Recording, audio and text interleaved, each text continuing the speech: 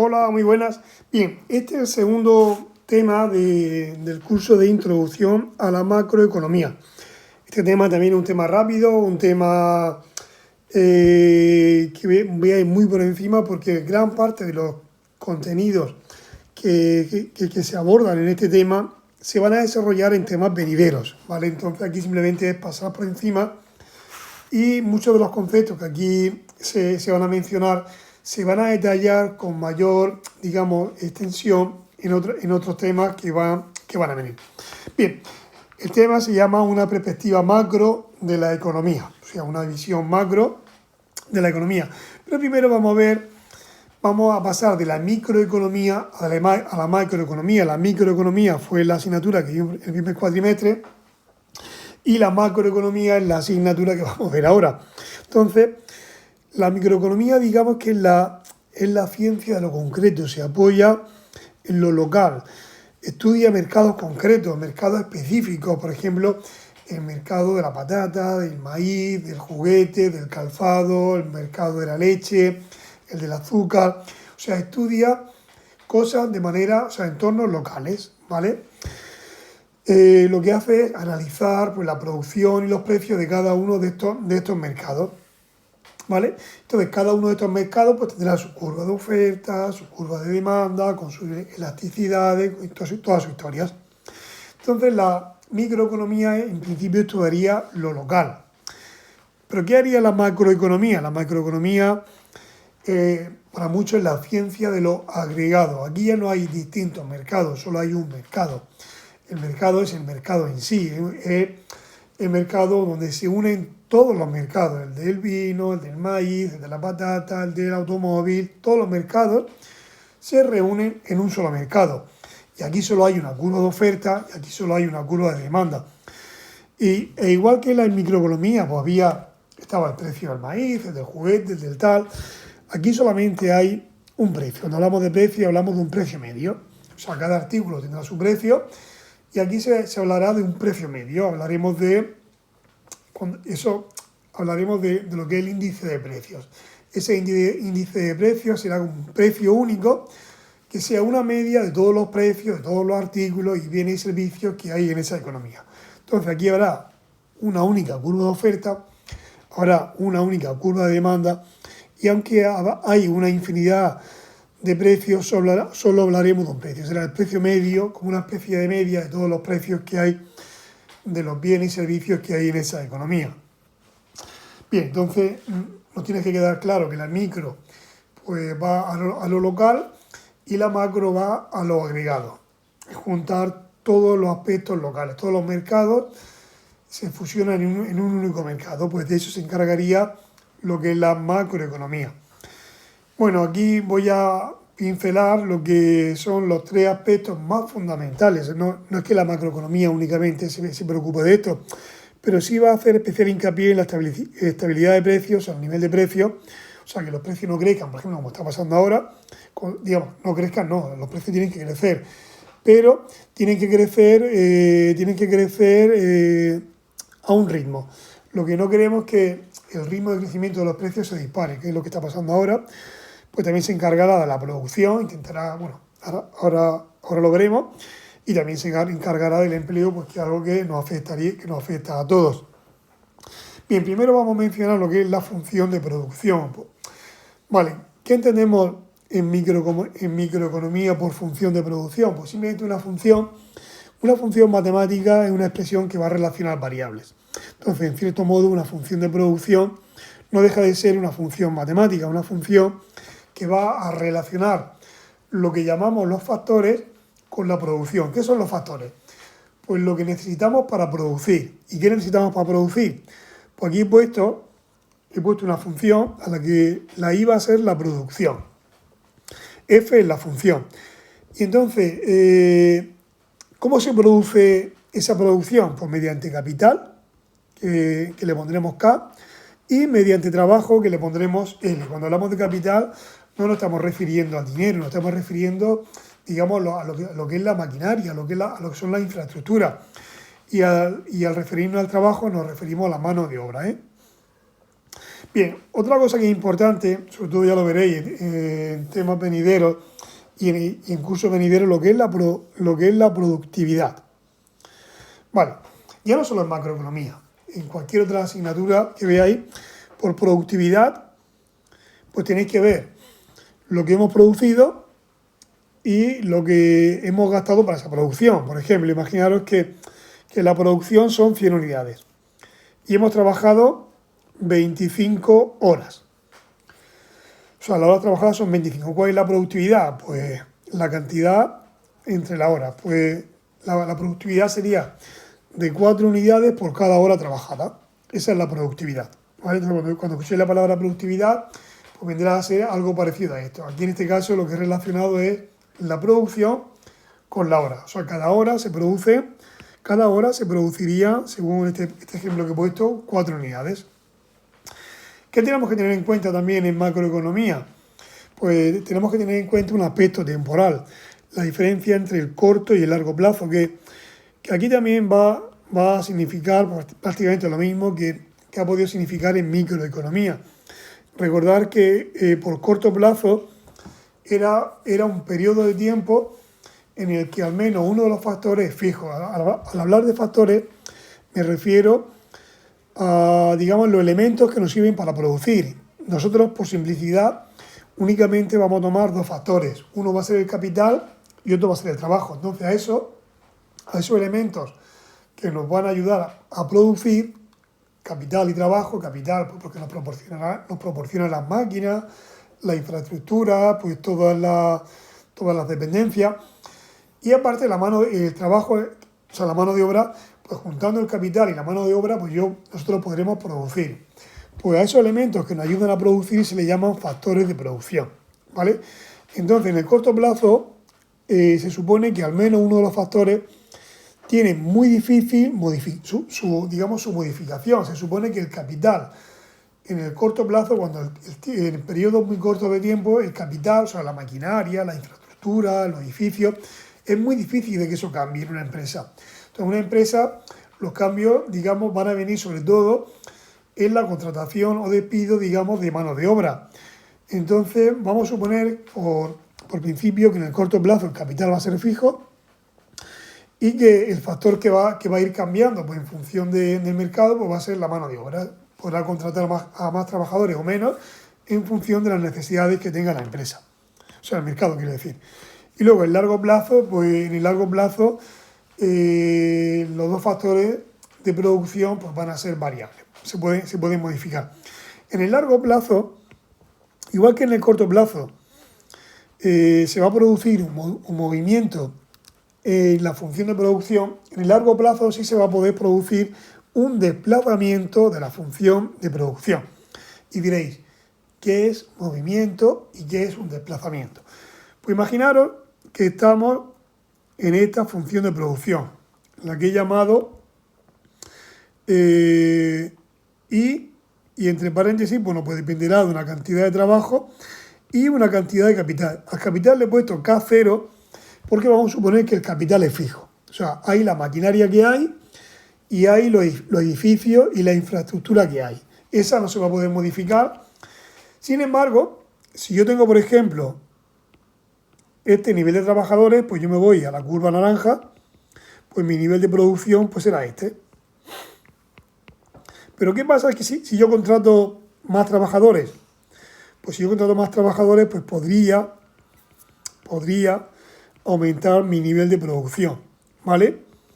Mi nivel de producción aumentaría a un nivel ISO 1, pero siempre teniendo en cuenta que estamos limitados porque el capital no va a cambiar. O sea que no podemos ir incrementando excesivamente el número de trabajadores porque la maquinaria y la infraestructura están limitadas, ¿vale? Ahora, en el largo plazo, yo puedo modificar. Entonces, un momentico, que no lo he dicho, el pasar de aquí a pasar aquí, o sea, este caminico que hay aquí, que he pintado en amarillo, pues a eso en economía se le llama movimiento. O sea, yo he pasado de un punto de la curva a otro punto, pero de la misma curva. He pasado de este punto, he ido a este punto que hay aquí. Lo que he hecho es moverme por la curva. porque no me he salido de esa curva. Sin embargo, en el largo plazo, ahora ya sí puedo contratar más maquinaria, sí puedo meter más infraestructura, puedo meter más edificios. Entonces, ¿qué pasa? Que ahora, por ejemplo, con esta cantidad de trabajadores, si en la empresa hay más maquinaria, si en la empresa hay más infraestructura, pues en vez de producir esto, pues voy a producir esto, ¿vale?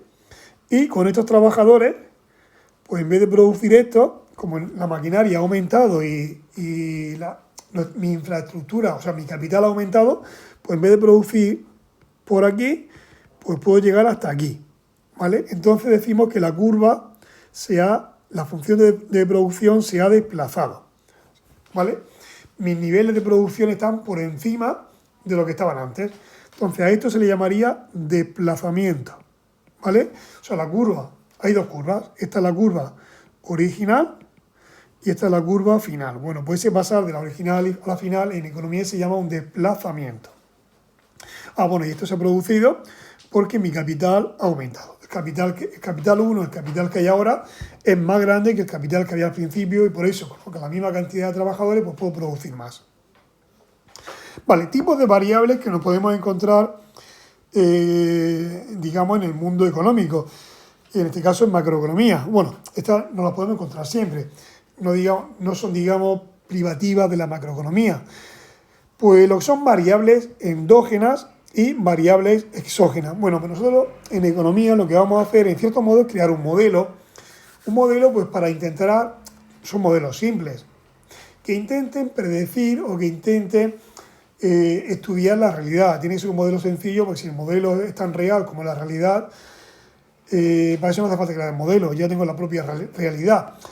Y en los modelos, pues únicamente nos vamos a centrar en aquellas partes que queremos que cambien y ver el efecto que tienen sobre aquellas partes que queremos ver cómo han cambiado. Entonces, un modelo siempre va a ser algo mucho más sencillo que lo que se quiere, que la realidad.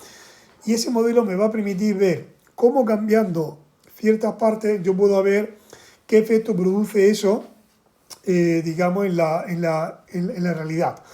Bueno, pues a la hora de crear modelos nosotros tenemos que introducir una serie de variables. Las variables son aquellos elementos que van a ir cambiando. Vale, pues ¿qué entendemos por variables? Pues dentro de las variables podemos distinguir entre endógenas y exógenas.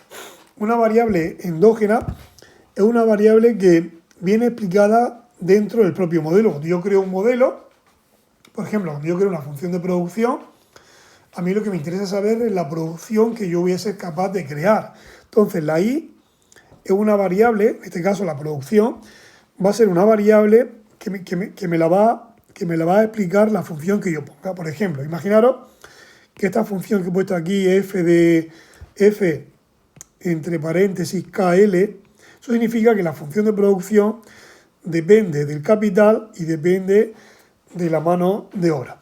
Bueno, pues imaginaros que yo me invento esta función que hay aquí. O sea, 2 por L al cuadrado y por K.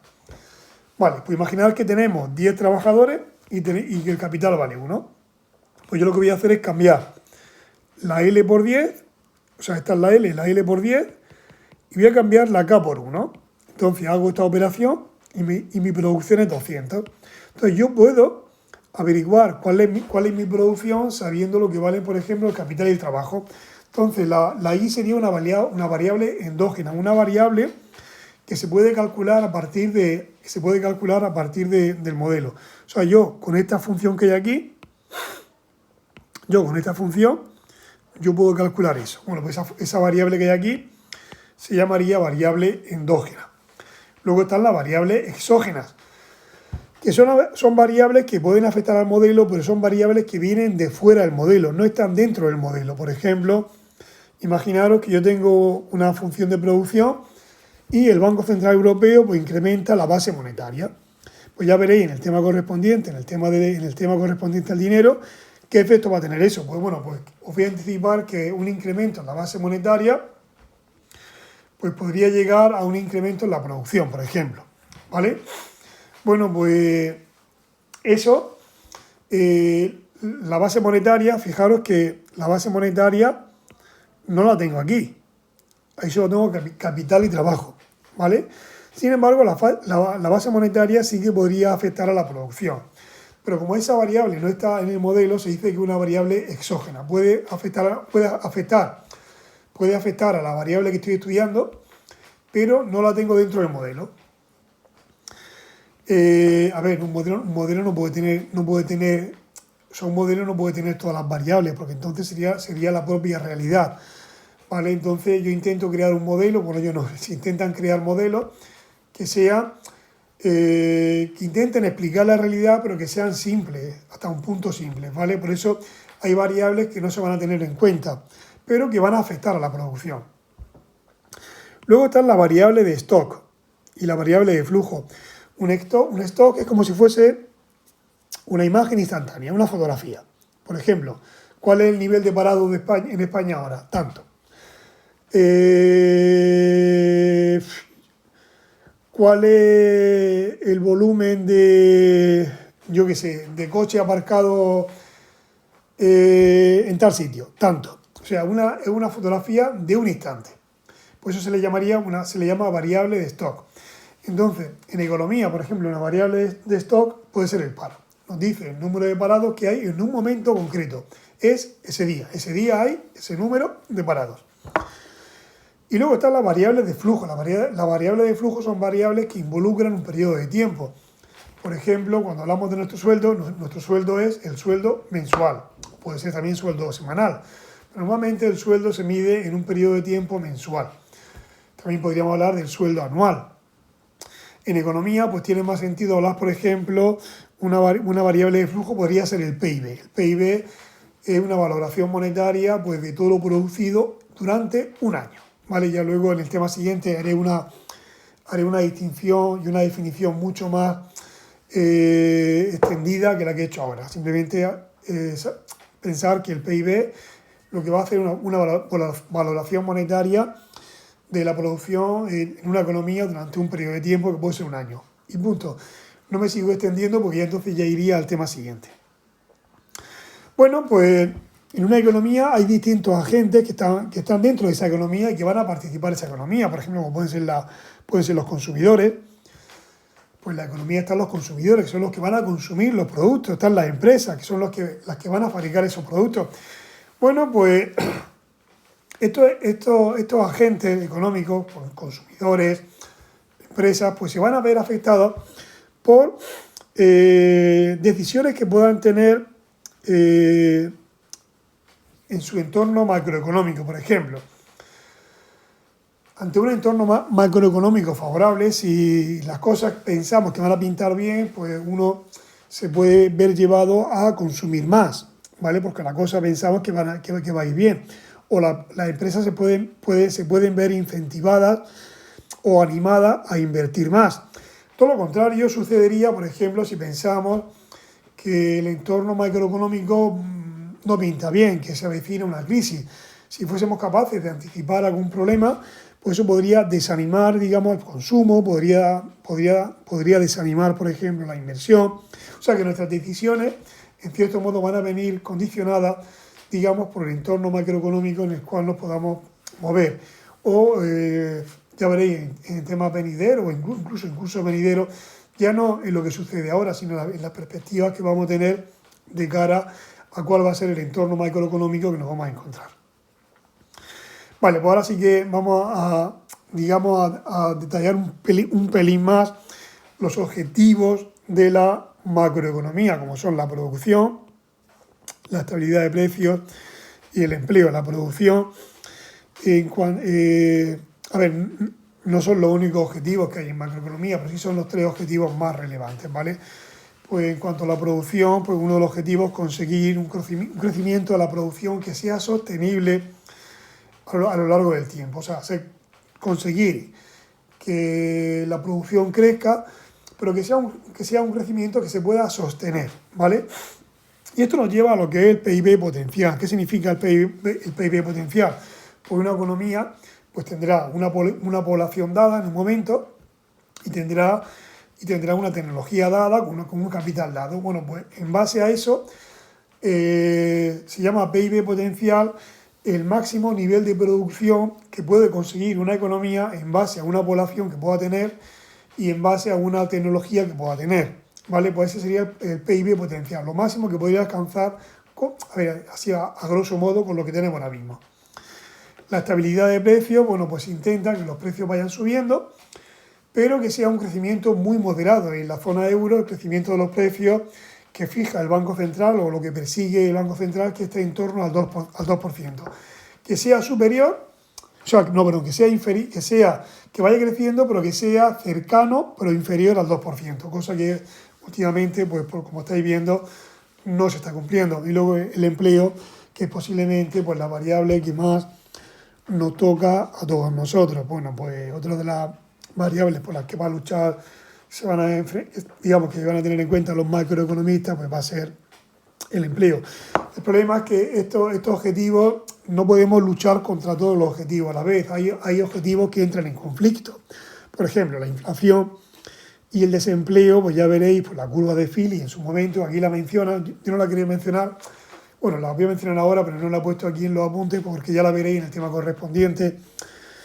La curva de Phillips, digamos, no hace ver que, por ejemplo, luchar contra la subida de precios y contra el desempleo, conseguir los dos objetivos es muy difícil.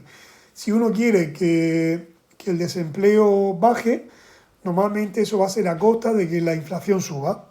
Y al revés, si uno quiere bajar la inflación, normalmente va a ser a costa de aumentar el desempleo, ¿vale? Puede ser que no ocurra eso, pero lo normal es que sea así. Entonces existe un conflicto de intereses. Entonces ahí los macroeconomistas, los decisores económicos, pues tendrán que evaluar, tendrán que buscar una combinación que consideren, digamos, menos dañina.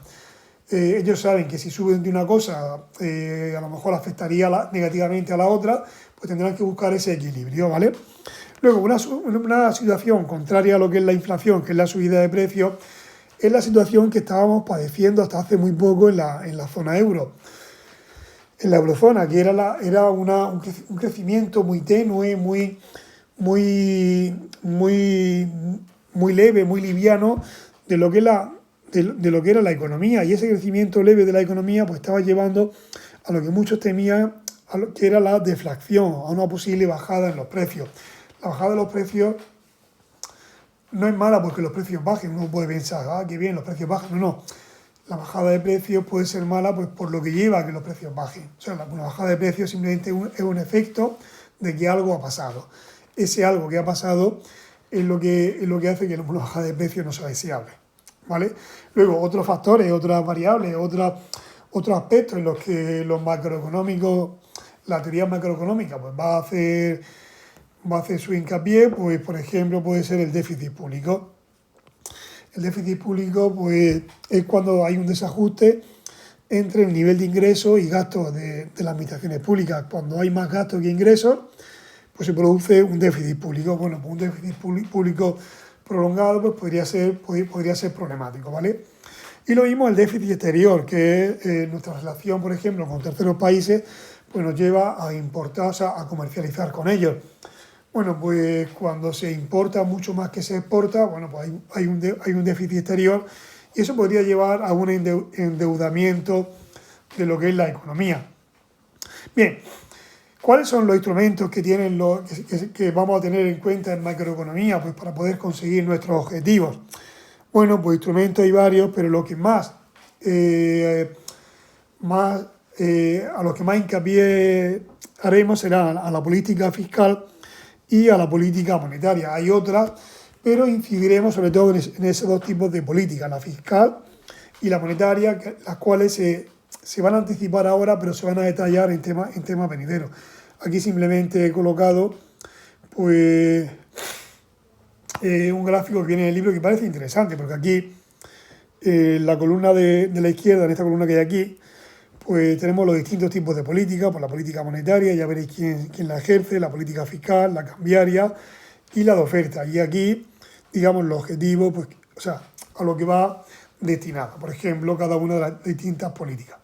Bien, vamos a mencionar así muy por encima, porque ya digo que habrá un tema correspondiente para esto, la política monetaria. La política monetaria, pues la zona euro, digamos, la institución que se encarga de la política monetaria, el Banco Central Europeo, y la política monetaria se va a encargar básicamente de, digamos, de crear, o sea, de meter o de retirar dinero en la economía, ¿vale? La política monetaria tiene como objetivo trastocar el tipo de interés. O sea, el objetivo que tiene la política monetaria es modificar el tipo de interés. ¿En qué sentido? Pues si el interés está bajo, eso va a incentivar, por ejemplo, el mercado de bienes y servicios. Ya veréis que eso puede incentivar el consumo, puede incentivar la inversión, ¿vale? Y cuando el tipo de interés esté alto, pues eso va a hacer todo lo contrario, va a hacer retraer al consumo y retraer a la inversión. Entonces, los decisores del Banco Central Europeo, pues por ejemplo en nuestra zona, la zona euro, en la Reserva Federal, por ejemplo en Estados Unidos, pues viendo cuál es el devenir de la economía, pues si interesa una cosa, interesa otra, pues inyectarán más dinero o menos dinero en la economía, o sea, tomarán una política económica u otra. La política económica monetaria del Banco Central Europeo en los últimos tiempos ha sido de una tremenda inyección de dinero con la intención, digamos, de recalentar la economía. Ahora mismo, como decían muchos economistas, el problema que tiene unas políticas monetarias expansivas, las expansivas son las que meten dinero en el circuito. Una política monetaria expansiva muy prolongada en el tiempo pues puede tener su efecto en el dinero, o sea, en la inflación, en el nivel de precios. En el dinero no, pues no, en el nivel de precios.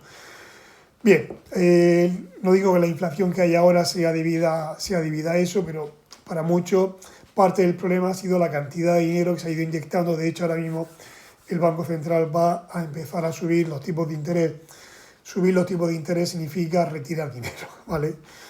Se va a retirar dinero pues, para intentar subir el tipo de interés e intentar que los precios bajen. Habrá que tomar más medidas pues, porque la inflación no tiene como único problema la oferta monetaria, sino que tiene más problemas, pero bueno, el Banco Central, digamos, podría actuar a partir de ahí.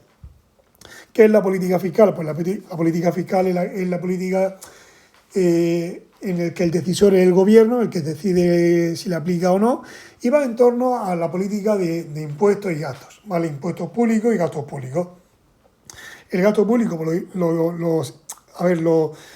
lo dividimos en dos, en gasto corriente y gasto de capital. En gasto de corriente, pues ahí van todos los subsidios de paro, pensiones, pues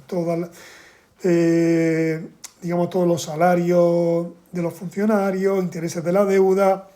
Y luego por gasto de capital, pues ahí están todos los gastos de inversión que hagan las administraciones públicas y todas las transferencias de capital que vayan desde las administraciones públicas, por ejemplo, a otros organismos, como ya veréis, por ejemplo, en el curso de Reinte de Dinero, donde os explicarán con más profundidad, digamos, las transferencias de capital.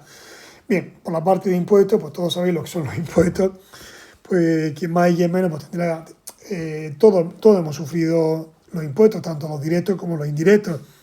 Los indirectos seguro, los directos, pues aquel que trabaje pues tendrá que dar parte de su trabajo, tendrá que dársela a Hacienda mediante el IRPF. Bueno, pues los impuestos ayudan, o más que ayudan, condicionan la renta que van a tener los hogares, van a condicionar, por ejemplo, por ahí. Entonces, dependiendo del nivel de impuestos, pues así será nuestra renta, nuestro nivel de renta, y dependiendo del nivel de renta disponible que tengamos, pues así podremos consumir más o podremos consumir menos. Bien, entonces la política fiscal, pues lo único que va a hacer, pues mediante el gasto público o los impuestos, intentar calentar la economía o enfriarla. Si la intento calentar, por ejemplo, una política fiscal expansiva, cuyo objetivo sea producir más, pues podría venir porque el gobierno gaste más, o sea, el gasto público aumente, o porque los impuestos se reduzcan. Y una política fiscal restrictiva, todo lo contrario, intentar producir menos, pues ¿cómo? Pues podría ser elevando los impuestos y haciendo que los hogares pues tengan menos renta disponible para gastar. Otro tipo de política, pues la política exterior, que es la que nos mide las relaciones pues, que tenemos con terceros países, ¿vale? Y es la que se reflejará se reflejará mediante el saldo exterior, que es la diferencia entre las exportaciones y las importaciones. Entonces, el gobierno puede llevar, o las autoridades pueden llevar a cabo la política exterior.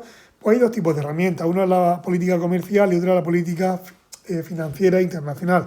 Por política comercial, pues distinguimos pues todas aquellas medidas que toman las autoridades para, digamos, intentar influir sobre todo en el nivel de importaciones mediante los aranceles.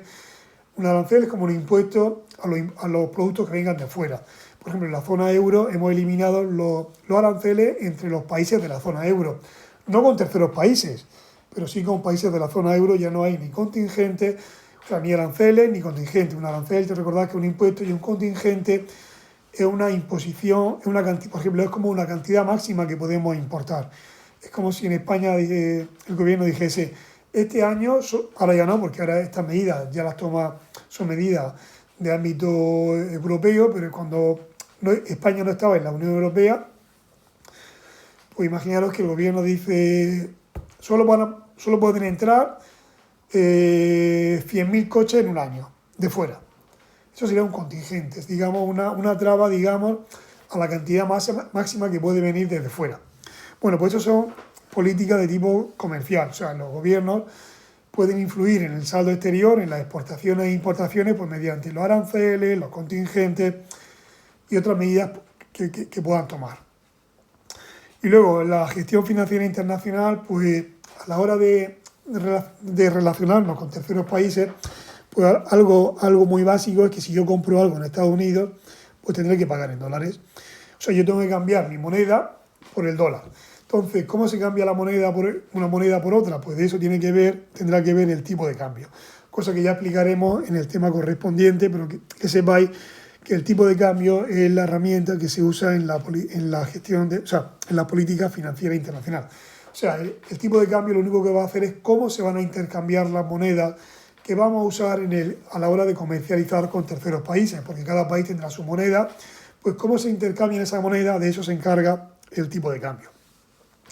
Y luego otro tipo de políticas son políticas de oferta, que van, pues, sobre todo destinadas a reducir la tasa de paro. Por ejemplo, el gobierno pues creando, haciendo inversión pública, creando infraestructuras, carreteras, pues lo que es incrementar el gasto público para intentar, digamos, reducir lo que es la tasa de paro. También disminución en los precios, o también podría ser aumento en la productividad media del trabajo. Bueno, pues todo ese tipo de políticas pues intenta incentivar, digamos, lo que es la economía.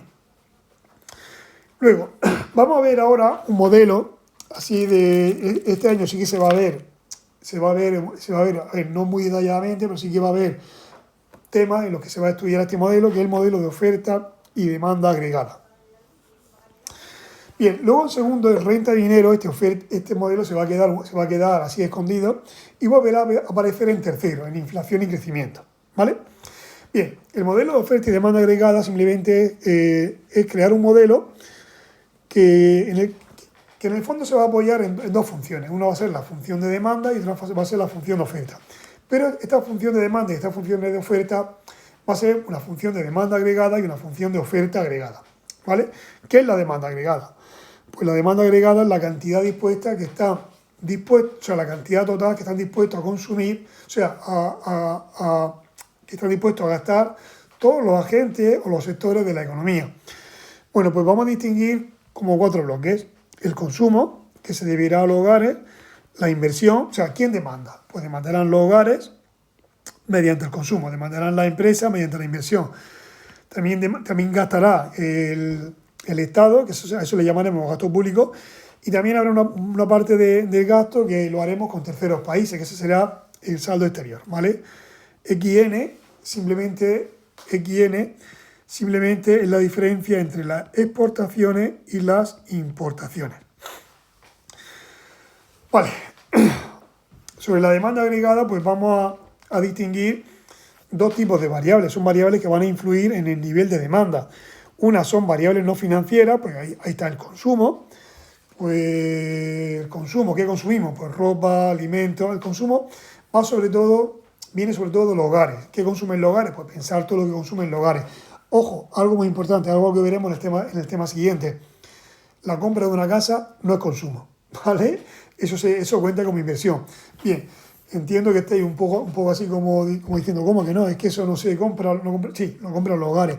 Pero a nivel de contabilidad nacional, los que crearon esto, pues contaron la inversión, o sea, contaron la compra de vivienda como inversión.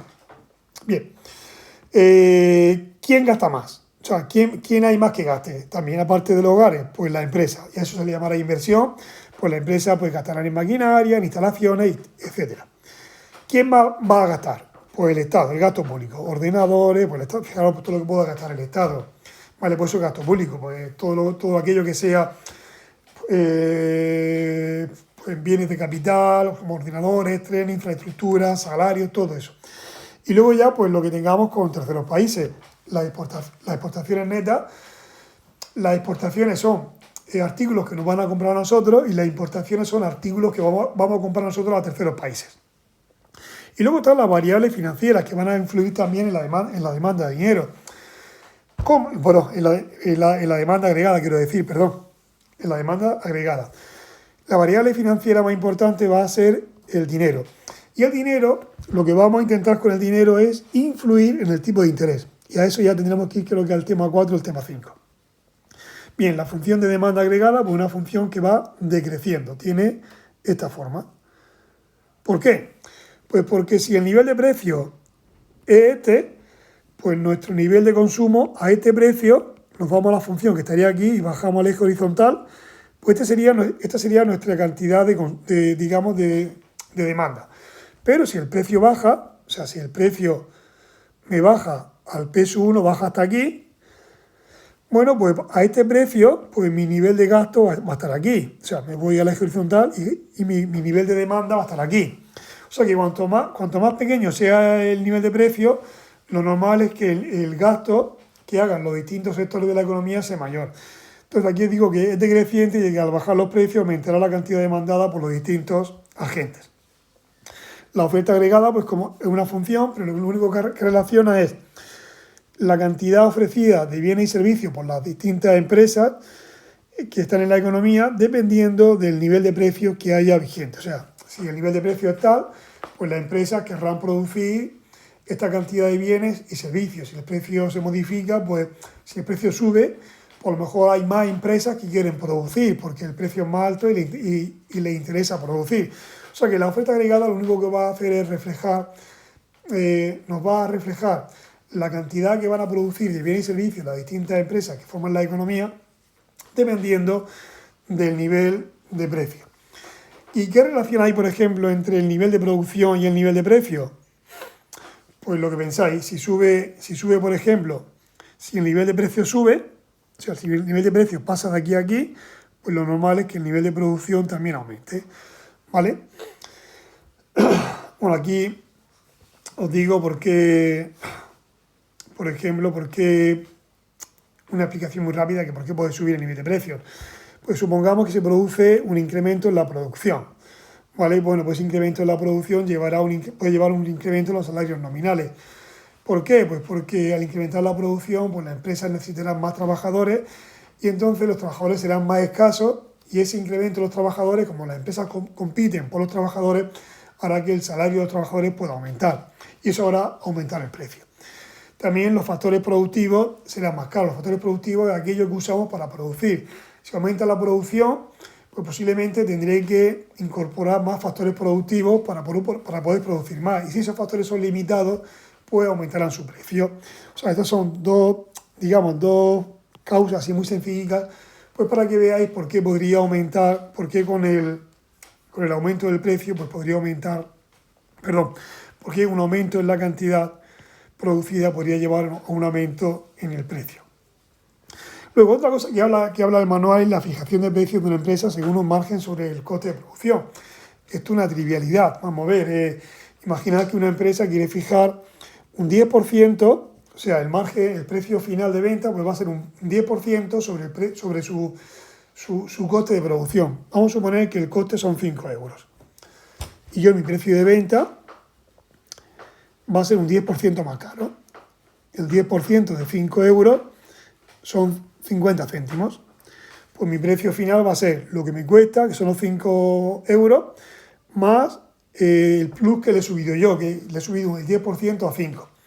Pues los 5 euros más los 50 céntimos, pues sería 5,5. Esto sería, digamos, pues cómo fijarían la empresa el precio, suponiendo que lo hace mediante un margen sobre el coste de producción.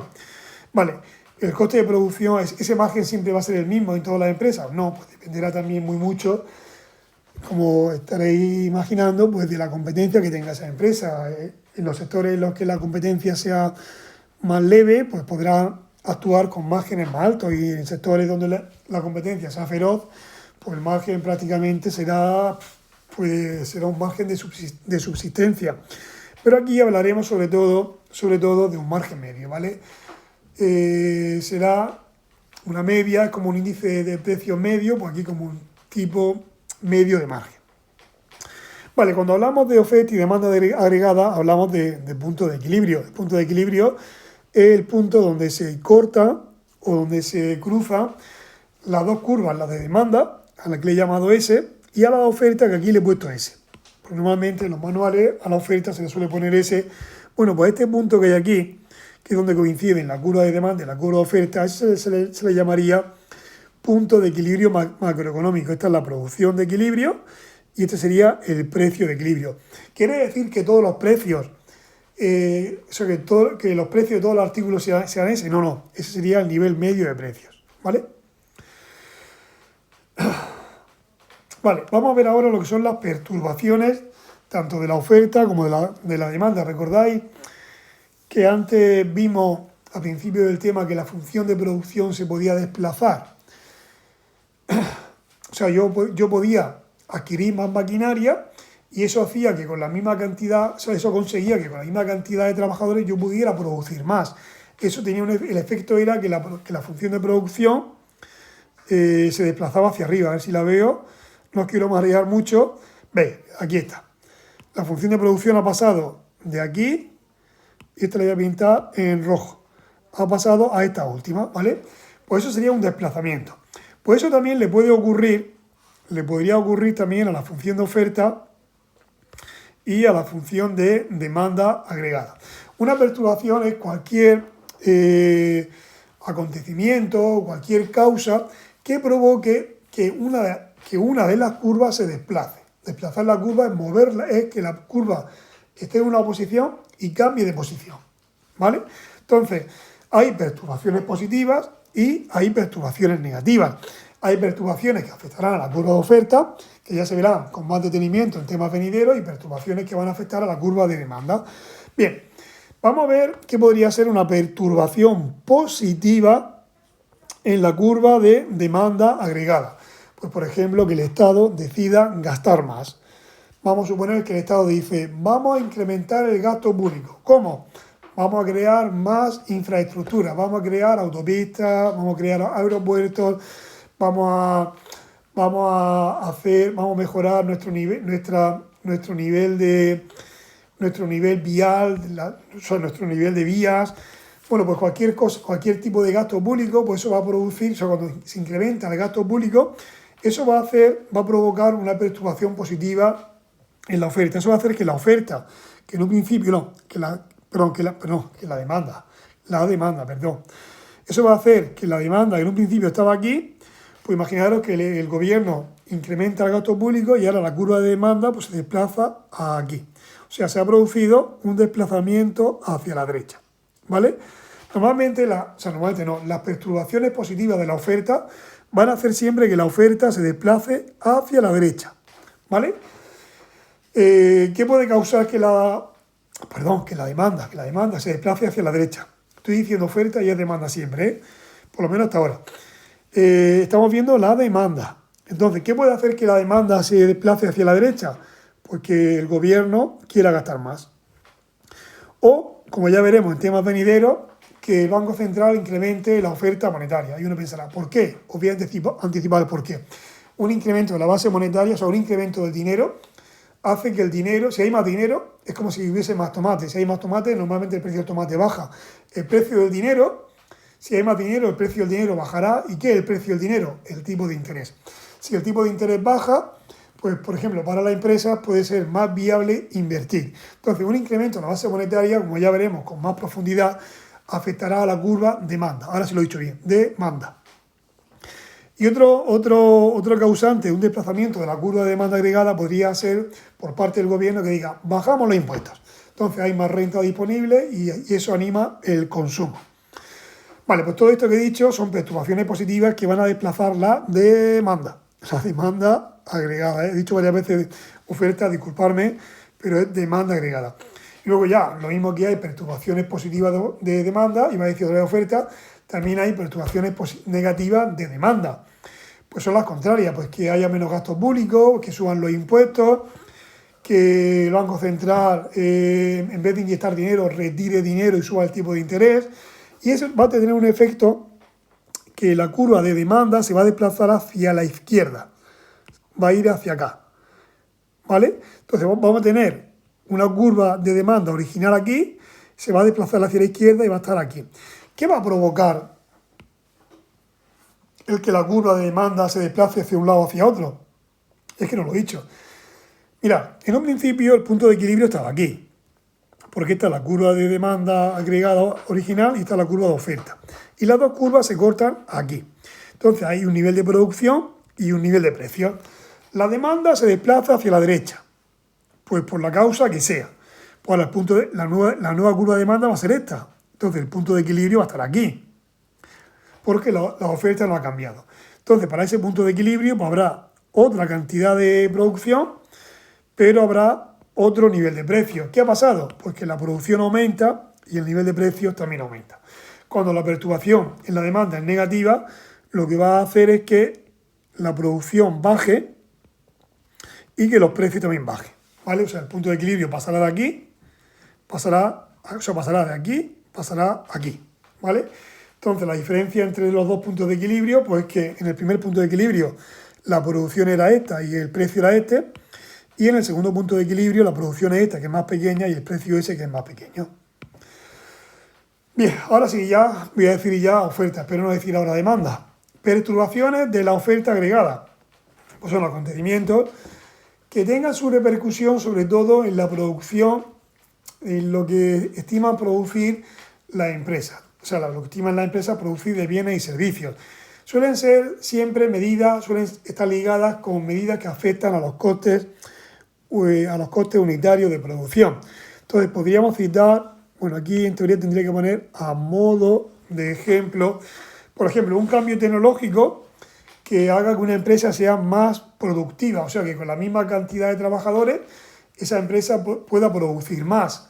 Pues cambiando, por ejemplo, un cambio, por ejemplo, en la tecnología que tenga la empresa y le hace producir más con los mismos trabajadores. Bueno, pues eso, al poder producir más, pues eso sería una perturbación positiva en la oferta. Por ejemplo, un cambio en el precio del petróleo, dependiendo de si el precio sube o baja, pues podría ser positiva o negativa. Si el precio sube, tiene una perturbación negativa; si el precio baja, una perturbación positiva. Una catástrofe natural sería una perturbación negativa, ¿vale? Aquí, por ejemplo, os he comentado en este dibujo el efecto de una perturbación negativa en la oferta. Por ejemplo, una subida del precio del petróleo. Pues eso va a hacer que mi curva de oferta original era esta y pasa a ser esta otra. En un principio el punto de equilibrio era este, con este nivel de producción y este nivel de precios, y cuando hay una perturbación negativa, por ejemplo, sube el precio del petróleo, la curva de oferta ha pasado de aquí a aquí, esta es mi nueva curva de oferta, y entonces el punto de equilibrio va a estar aquí, con un nivel de producción más pequeño y un nivel de precio más pequeño. O sea que las perturbaciones negativas de oferta lo que van a hacer es disminuir la producción y aumentar el precio. Y las perturbaciones positivas de la oferta, pues todo lo contrario. O sea, eso va a conseguir que mi curva de oferta pues pase de aquí, pase a esta otra, y el punto de equilibrio pues de aquí, con una producción y un precio, a este nuevo punto de equilibrio con una producción más grande y con este precio que es más pequeño, ¿vale? Bueno, pues vamos a intentar describir lo último que ha pasado, digamos, en la economía española, pero mediante el modelo este de oferta y demanda agregada. Por ejemplo, en los 60 y 70 y principios de los 70, pues se produjo un gran gasto público en España. Ese incremento del gasto público, pues lo que hizo provocó una perturbación positiva en la demanda. Eso en nuestro modelo de oferta y demanda agregada, pues la demanda pasó de estar aquí a ser esta otra, y el punto de equilibrio pasó de aquí, pasó aquí. O sea, ese incremento en el gasto público pues provocó que la producción aumentase y que también aumentasen los precios. El precio pasó de P sub 0 a P sub 1, el precio también aumentó, ¿vale? Aumentó la producción y aumentaron los precios. En los 70, a España llegó un poquito más tarde, llegó a finales de los 70, hubo una crisis, la crisis del petróleo, donde el petróleo llegó a subir un 500%. Eso generó un encarecimiento en los costes de producción. Bueno, pues eso es una perturbación o un shock de oferta negativo. La curva de oferta se desplaza hacia la izquierda. Y eso va a hacer que nuestra producción pase de aquí, con este nivel de producción y este nivel de precio, la curva de oferta se desplaza hacia la izquierda y entonces este sería el nuevo punto de equilibrio con esta producción más pequeña y con un precio más alto. O sea que ese shock o esa perturbación negativa que produjo el crecimiento del petróleo, el crecimiento del precio del petróleo, pues hizo que la producción menguara, disminuyera y que el precio aumentara. Y luego la incorporación de las nuevas tecnologías, pues eso va a favorecer a la productividad media de las empresas, y eso va a producir un shock o una perturbación positiva, pero desde el punto de vista de la oferta. O sea, imaginar, aquí tengo el eje vertical, creo que no lo he dicho, pero cuando estudiamos el modelo de oferta y demanda agregada, en el eje horizontal ponemos la cantidad y en el eje vertical ponemos los precios. Vamos a dibujar la curva de demanda, por ejemplo, así. Esta es la curva de demanda y la curva de oferta la pintaré en rojo, pues, por ejemplo, así subiendo. Esta es la curva de oferta. Ahora, bueno, antes le puse una S, pues aquí igual. Bien, este sería el punto de equilibrio original con esta producción y este nivel de precio, pero se produjo un shock o una perturbación positiva por ese avance tecnológico que ha habido a partir del siglo finales del 20, principio del 21, por ejemplo, con la irrupción de los ordenadores, bueno, pues con toda esta tecnología nueva que ha ido apareciendo, y eso ha producido un shock de oferta positivo. O sea, la curva de oferta habrá pasado de aquí a aquí, y el nuevo punto de equilibrio se situará aquí, donde habrá aumentado la producción y habrán bajado los precios. No os fijéis ahora mismo, porque los precios ahora están disparados, pero eso es causa de otro, o sea, eso es harina de otro costal, ¿vale? No es por esto. Muy bien, pues creo que el tema 2 está finiquitado, y a partir del tema 3 son temas más prácticos, ¿vale? Donde ya empezaremos a hacer ejercicios y donde ya no es tan teórico como este. Llevará su parte de teoría, evidentemente, pero tendrán un contenido práctico que yo creo que os va a hacer más llevadero el tema. Muy bien, pues ya quedaríamos emplazados hasta el siguiente tema.